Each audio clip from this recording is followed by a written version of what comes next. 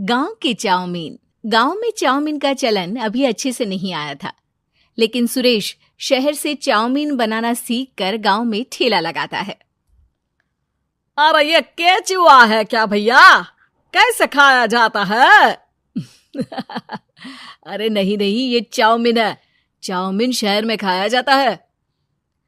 कितने की दे रहे हो सुरेश? 10 रुपए की प्लेट भरकर। तभी वहां शहर से पढ़ा एक लड़का आता है। जरा एक प्लेट चाउमीन तो देना। सुरेश उसे चाउमीन देता है। उसे चाउमीन खाता देख गांव वाले भी उससे चाउमीन ले लेते हैं और खाने लगते हैं। अरे वाह सुरेश भैया, कमाल की बनाए हो। 2 प्लेट मेरे बच्चों के लिए भी पैक कर दो। बस फिर क्या था, सुरेश का ठेला लगता है और चाउमीन खरीदने वालों की लाइन लग जाती है। तभी वहां से गांव का साहूकार होकर गुजरता है। और ये क्या भीड़ लगी है? लगता है झगड़ा हो गया है गांव में। चलूं मैं अभी तो मजे ले लूं। अरे कहाँ है, इतनी भीड़ लगी है यहाँ? लड़ाई हो गई है क्या? अरे साहूकार साहब, ना ना ना, कोई लड़ाई ना हुई है। ये तो सुरेश की दुकान है चाउमीन की। हम लोग चाउमीन खाने आए हैं, आप भी खाइए ना। साहूकार चाउमीन खाता है और सुरेश की तरफ देखता है, जो सारे दिन के पैसे गिन रहा होता है। अरे सुरेश, क्या लागत है इस काम की? अरे साहूकार जी, आप अब आए तो ये पूरे 10,000 रुपए ले जाइए, जो पिछले साल शहर जाने से पहले आपसे लिए थे ना। लागत तो क्या कहे, जो आपने दिया था उसी में सीखा भी है और दुकान भी खोल ली। अरे पैसे इतने जल्दी क्या जरूरत थी? कैसे जरूरत नहीं थी साहूकार जी, इतना मोटा ब्याज कहाँ से भरते। साहूकार को अब सुरेश की दुकान को हड़पने की लालच आ जाती है। नाना करते ये सारे दिन में 500 रुपए कमा ही लेता है। अरे गांव में ये ऐसे ही कमाता रहा तो कहीं ब्याज का काम ना शुरू कर दे। अरे भैया, कोई ना कोई जुगाड़ तो करना पड़ेगा। अब साहूकार घर आ जाता है और अपनी बीवी को सारी बात बताता है। हाँ जी, ये तो मैंने भी सुना है कि सुरेश के हाथ की चाउमीन नहीं खाई तो कुछ नहीं खाया। अरे हाँ, सही ही कहते हैं। मैं भी खा कर ही आ रहा हूँ। अरे भाग्यवान है, कितना अच्छा हो ना अगर वो पैसा हम लोगों को मिल जाए। क्यों हैं? हाँ, वो तो है, लेकिन कैसे? हम लोगों को तो चाउमीन बनाना आता ही नहीं है। साहूकार और उसकी बीवी अब रोज चुपके से सुरेश के घर जाते हैं और खिड़की से उसे चाउमीन बनाते देखते। अब क्या था, दोनों को चाउमीन बनाना आ जाता है। फिर एक रोज, और सुरेंद्र, तुझे साहूकारनी ने बुलाया था।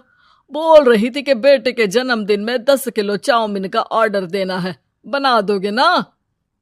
अरे हाँ साहूकार जी, मैं जरूर बना दूंगा। कब देना है घर में 10 किलो चाउमीन?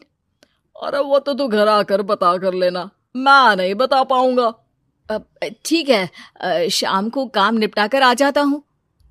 सुरेश साहूकार के घर जाता है, लेकिन वहां मियाँ बीवी मिलकर उसे बंधक बना लेते हैं। अरे मुझे क्यों बांध रखा है? मुझे छोड़ दो। आज से तेरा ठेला मैं लगाऊंगा और बहुत सारे पैसे कमाऊंगा। साहूकार एक आदमी को सुरेश की निगरानी में लगा देता है और वहां से चला जाता है।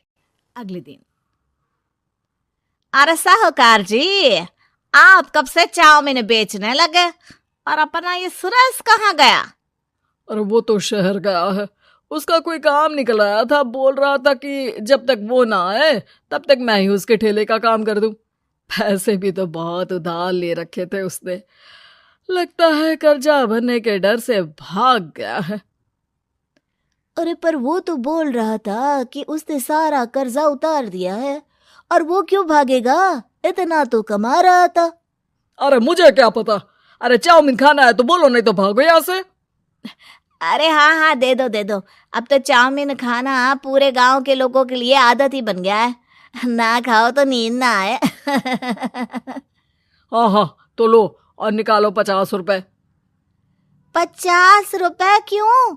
सुरेंद्र तो 10 रुपए में देता था। अरे वो पागल था, मैं थोड़ी ना हूँ। गांव वाले, जिनको चाउमीन की लत लग गई थी, वो करते भी क्या? दे दो, और ये लो 50 रुपए। लेकिन फिर साहूकार उन लोगों को प्लेट में थोड़ी सी चाउमीन रख देता है। अरे ये क्या, पैसे 5 गुना ज्यादा और चाउमीन बस इतनी सी।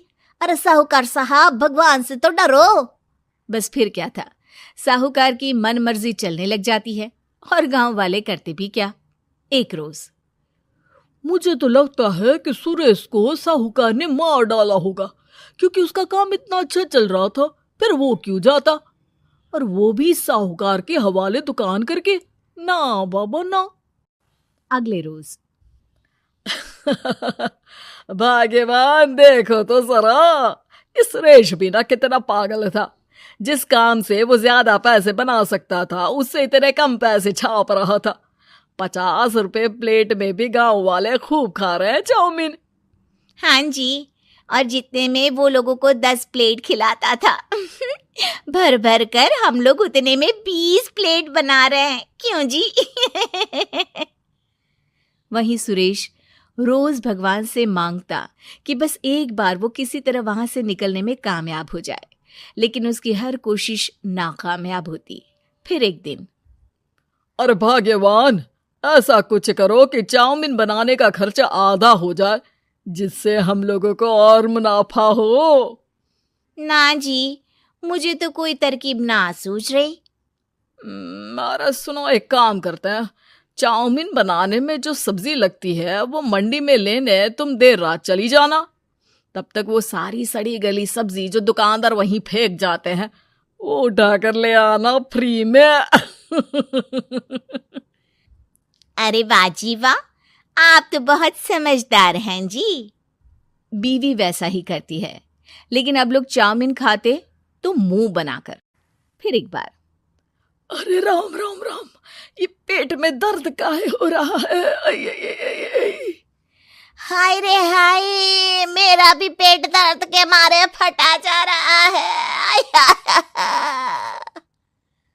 सभी को शक हो जाता है कि उन लोगों को चाउमीन खाने से ही ये बीमारी हो गई है।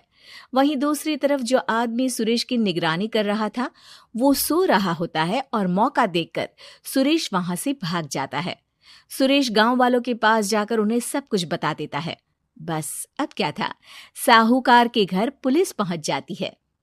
चलो, तुमने गांव के लोगों को खराब सब्जी वाली चाउमीन खिलाकर बीमार किया और सुरेश को बंधक बनाया। तुम्हें इसीलिए हम गिरफ्तार कर रहे हैं। साहूकार को पुलिस ले जाती है और फिर अगले दिन से सुरेश का ठेला गांव के बाजार में लग जाता है, जहां अब पहले से ज्यादा भीड़ होती है।